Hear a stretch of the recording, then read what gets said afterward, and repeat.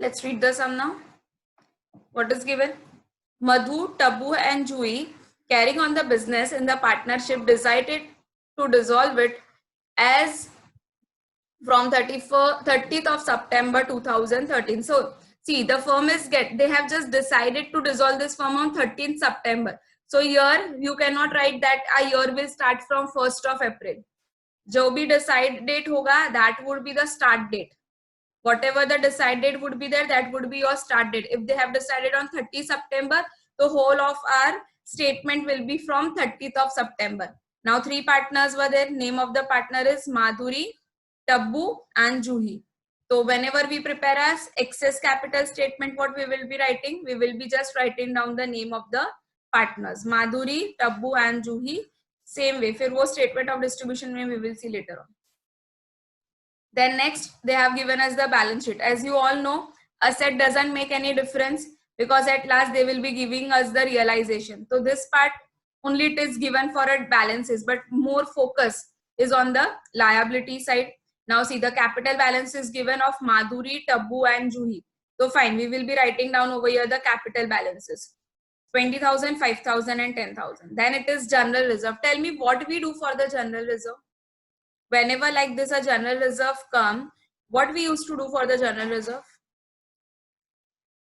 What is the effect? Yes, correct. We add up to the capital, correct. We add this in the capital. Now tell me, I will be adding directly 30,000 rupees.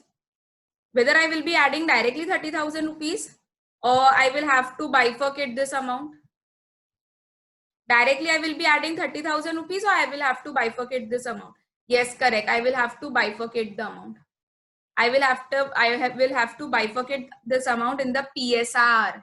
That is in the profit sharing ratio. Then next one is creditors. Now creditors is 10,000 rupees. If you see students in this sum, we only have one external liability and that are the creditors. So you can easily decide the order of the payment. First you will be paying to the creditors. Second you will be paying to the partners. Now in partners, let's see from this statement of excess capital to whom we have to pay first in the partners. Okay. Now see what is given as a extra information. As per the arrangement with the banks, the partner were entitled to withdraw 4,000 immediately and 9,000 after 1st December 2013. Now what it was been told that bank has some arrangement. Now see, first see the balance of bank. If you go to asset side and if you see the balance of the bank, it is 13,000. Now as per the banking guideline, what the bank told to the partners, then right now if you want you can withdraw 4,000 rupees and later on 1st of December we will be providing you more 9,000. So if you see this, 13,000 is divided into 2 parts, that is one in the 4,000 and another in the 9,000. 4 plus 9 is 13. Again I am repeating, this 13,000 is divided into 2 parts, 4,000 and 9,000 mein. So see, abhi jo bhi balance which we have right now to utilize will be only with a balance with us will be only 4,000 rupees. Right now the balance which we will be able to utilize will be only 4,000 rupees and later on 9,000 we will be getting on 1st of December. So when in the statement of distribution, first line when we write the balances, so in the bank column we will be only writing down 4,000 because at present we are only able to take a 4,000 from the bank. So present scenario, that is on the 30th of September, you will be having only 4,000 in your hand, okay, as a cash. Then later it was decided that after keeping aside an amount of 1,000 for estimated realization expenses. Now this is given that this is a realization expenses. Tell me what effect we do for the realization expense. What effect we give it? Whenever a realization expense is given in the sum, what is the effect which we give it? We add it, we subtract it, and it has been done during the first realization or it is done in the initial stage. What is this effect of it? Yes, it will be very good, Harikishan. Very good. It will be subtracted from the cash balance. First, we will subtract this provision of the realization expenses, and then we will start distributing to our creditor. And then we will start distributing to our creditor. Correct. Very good. No, Swapnil Kinjal, it won't be added. It will be subtracted. So if we see the previous sums.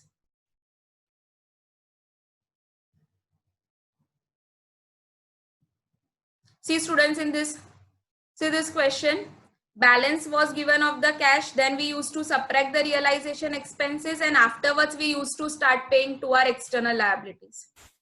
So what will be the effect of the realization expenses? Obviously, first, in the very first step, it will be subtracted from the balances.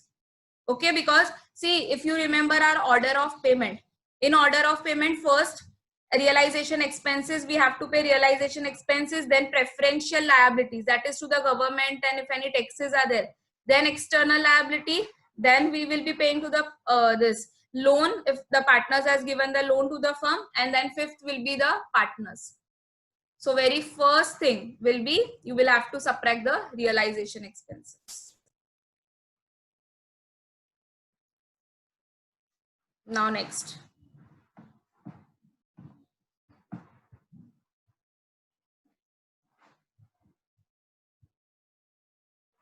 What is given? It was decided that after keeping 1000 as estimated realization expenses, the available fund should be distributed among the partners as and when required. Fine.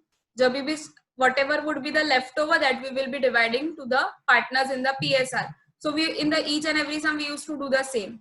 So fine, there is nothing a difference in this sum. Now next, if you see, now always remember the dates of which they have given, the dates of the realization. The dates of the realization, you won't be writing after September, October, November and December, but always see the dates. Now the very first date is on 31st of October, you are getting a first realization.